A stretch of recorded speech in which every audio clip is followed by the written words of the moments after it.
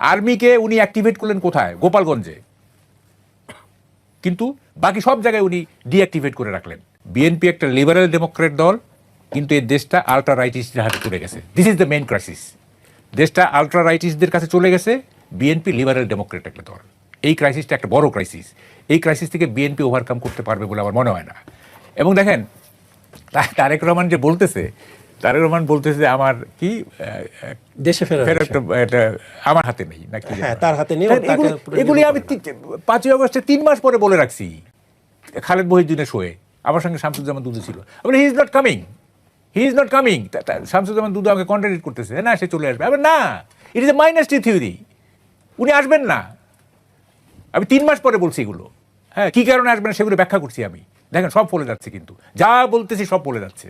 হ্যাঁ, তো তখন তা বিএনপি নেতারা অন্যরকম নানা রকম কুযুক্তি দেখা। আমি তখন এই খালেদ মহিউদ্দিনকে বলছি, দেখেন আমি ডাকসু বিতর্ক প্রতিযোগিতায় শ্রেষ্ঠ বক্তা, আমাকে কুযুক্তি দিবেন না।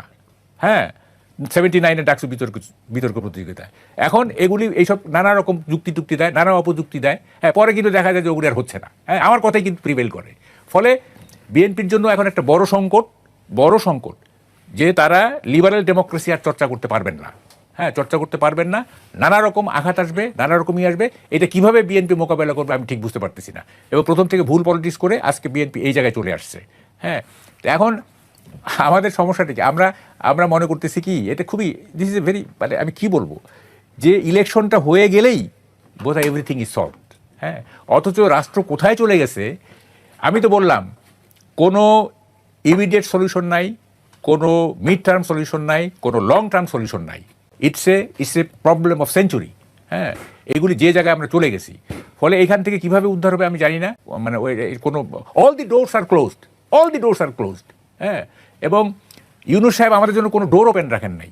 হ্যাঁ, দেশটা এমন জায়গায় নিয়ে গেছেন। এই যে মবের কথা বললেন না, উনি তো এই মব যে আজকে ইনস্টিটিউশনালাইজ হয়ে গেল, পিছনে কে আপনি বলেন? আর্মিকে উনি অ্যাক্টিভেট করলেন কোথায়? গোপালগঞ্জে।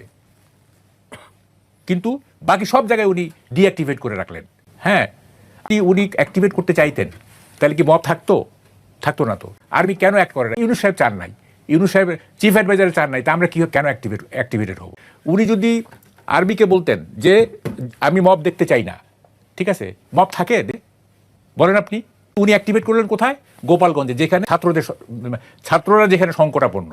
হ্যাঁ, উনি ওখানে 4-5টা লোক মেরে ফেললেন।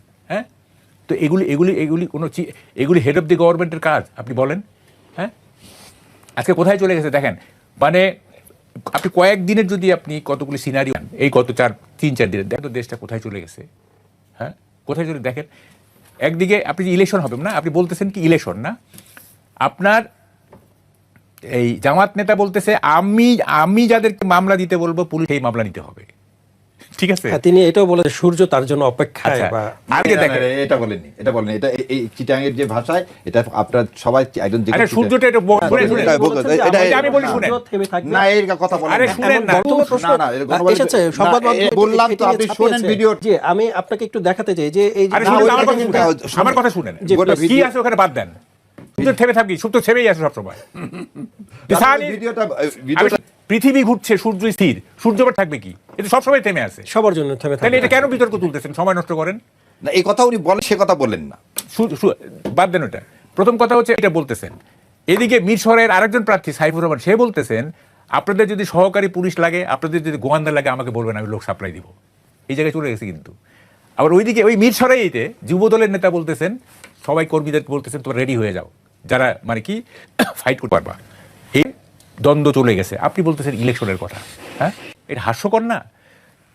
এবং কোথাও আপনি দেখেন, আমি যে অ্যাডভাইজারি কাউন্সিল খোঁজ নিছি, অ্যাডভাইজারি কাউন্সিলে কোথাও ইলেকশনের কোনো আলাপ নাই। আপার লেভেলে নাই, লোয়ার লেভেলে নাই, সার্ফেস লেভেলে নাই, ডিপ লেভেলে নাই, কোথাও নির্বাচন নিয়ে কোনো কথা। ওরা রিল্যাক্স মোডে আছে। নির্বাচন কমিশন নানা রকম প্রবলেম দেখাচ্ছে। আইন শৃঙ্খলা বাহিনীকে আপনি এখনও ডিসিপ্লিনাইজ করতে পারতেছেন না, এখনও প্রোঅ্যাক্টিভ করতে পারতেছেন না। আপনি নির্বাচনের কথা বলতেছেন, কয়েকদিন পরে হবে তফসিল। এগুলি ফাজলামি না? আমাদের ফাজলামি শুনে জনগণের সঙ্গে এগুলি কি আমরা বুঝি না? হ্যাঁ, কি হতে যাচ্ছে আমরা বুঝি তো সবই। তো ফলে এই জায়গায় চলে গেছে দেশ। এইগুলি থেকে